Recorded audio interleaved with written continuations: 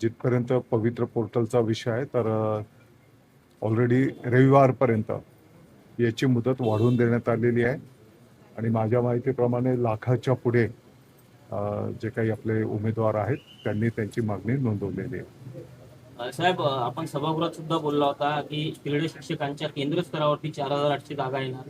2 जानेवारीचा GR सुद्धा आहे. त्याचा प्रारूप आता अंतिम टप्प्यामध्ये आहे आणि कदाचित याला पॅरलल ही पण जाहिरात बाहेर येईल. क्रीडा शिक्षक संघटना आक्रमक होते, येत्या पुढच्या टप्प्यामध्ये त्यांना आक्रमक होण्याचं काही कारण नाही. त्यांचं क्वालिफिकेशन, त्यांच्या जागा ह्या स्वतंत्र आहेत पुढच्या टप्प्यात आणि आता पुढच्या टप्प्यामध्ये लगेच त्यांचंही आपण पोर्टलवर जागा उपलब्ध करतो आहोत. कारण यावेळेस एकही जागा नाही.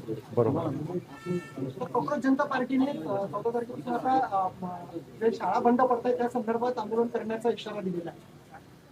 नाही, निश्चितपणे आपल्या या महाराष्ट्रातून किंबहुना कुठूनही शाळेच्या संदर्भातल्या काही चांगल्या सूचना आल्या तर त्या स्वागतार्ह आहेत आणि जे जे शक्य आहे त्याची आपण अंमलबजावणी करू की जेणेकरून आपला विभागाचा माणूस आहे की गरीब माणसाच्याही पाल्याला एक चांगलं शिक्षण त्या ठिकाणी मिळालं पाहिजे आणि या संदर्भात कोणीही सूचना केल्या त्याचं स्वागत असेल. नाही, मी आपल्याला सांगितलं की कोणाच्याही चांगल्या सूचना असल्या, समजा एखाद्या शाळेत आता येताना मी 2 ठिकाणी भेट दिली. छत्रपती संभाजीनगर जिल्ह्याच्या 2 जिल्हा परिषद शाळांना भेट दिली. एका शाळेमध्ये अतिशय उत्कृष्ट काम होतं आहे. एका शाळेमध्ये 7वीच्या मुलाला वाचता नाही आलं.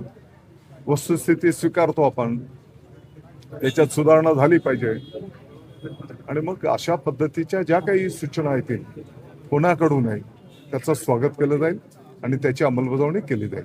ग्रामीण विभागात जे आहेत शाळाकरी विद्यार्थ्यांना जाण्यासाठी रस्ते नाही.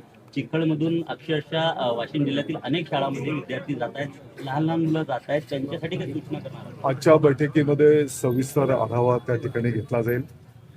शाळेमध्ये गुणवत्तापूर्ण शिक्षण दिलं गेलं पाहिजे.